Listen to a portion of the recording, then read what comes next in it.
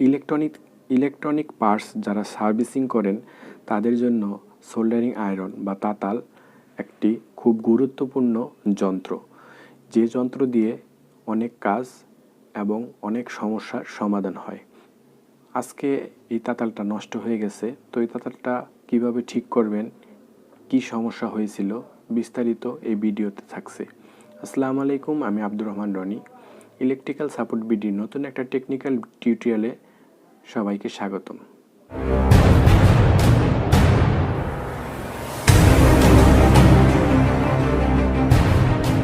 Soldering আয়রনটা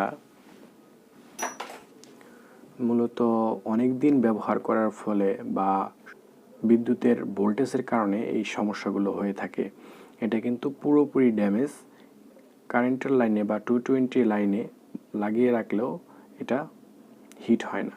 তো এটাকে খুলে ফেলবো। এই যে এই জায়গায় নাটের মতন দেখতে পারতেছেন, তো এটাকে আগে খুলবো।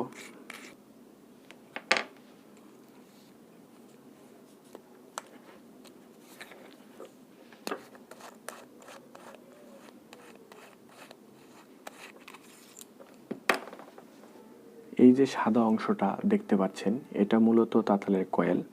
তো এটাই চেঞ্জ করতে হবে। এটা খুলে বাদ দিয়ে আমরা নতুন আরেকটা কয়েল নিয়ে এসেছি আগেই। তো এই কয়েলটা দারাজে কিনতে পাওয়া যায়। তো দারাজের পারচেজ লিঙ্ক আমি দিয়ে দিব সোল্ডারিং আয়রন সহকারে। এই তাতালটার ভিতর এই কয়েলটা লাগানোর জন্য আমরা আরেকটি সোল্ডারিং আয়রনের সাহায্য নেব, কেননা এই জায়গায় সোল্ডার করা। এখন আপনাদের প্রশ্ন হতে পারে, এই তাতাল গরম হয়ে গেলে এই সোল্ডার পিনগুলো নষ্ট হয়ে যেতে পারে। এই তাতালের কয়েলটা এরকমভাবে ডিজাইন করা যে এইটার হিটটা এই পর্যন্ত আসে, এর বেশি আসে না, কারণ এটার কয়েল এই উপরের সাইডে, এই টোটালটাই এটার কয়েল। তা আমরা কথা না বাড়িয়ে সরাসরি তাতালের কয়েলটা খুলে ফেলবো। খুলে কানেকশন করে তারপর আপনাদেরকে দেখাই তাতালটা কি অবস্থা। তাতালটা আমি ফিটিং করে ফেলেছি, আপনারা দেখতেই পাচ্ছেন। আমি একটা মজার ঘটনা বলি। এর আগে আমি একটা তাতালের একটা দুইটা ভিডিও করেছিলাম, যে ভিডিওতে দেখানো হয়েছিল তাতাল কিভাবে কয়েল চেঞ্জ করতে হয়।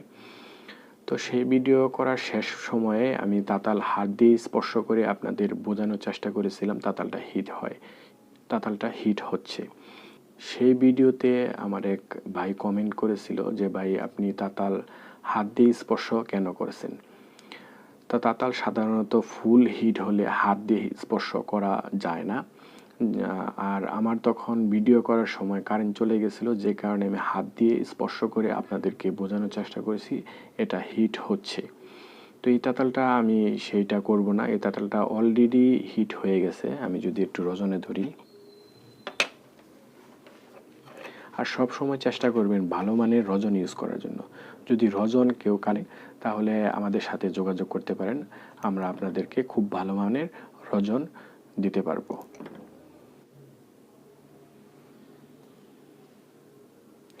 তাতালটা হিট হয়ে গেছে। আমি যদি এই জায়গা থেকে একটু লিড উঠিয়ে সোল্ডারটা করার চেষ্টা করব। এই যে দেখতে পাচ্ছেন, দেখুন।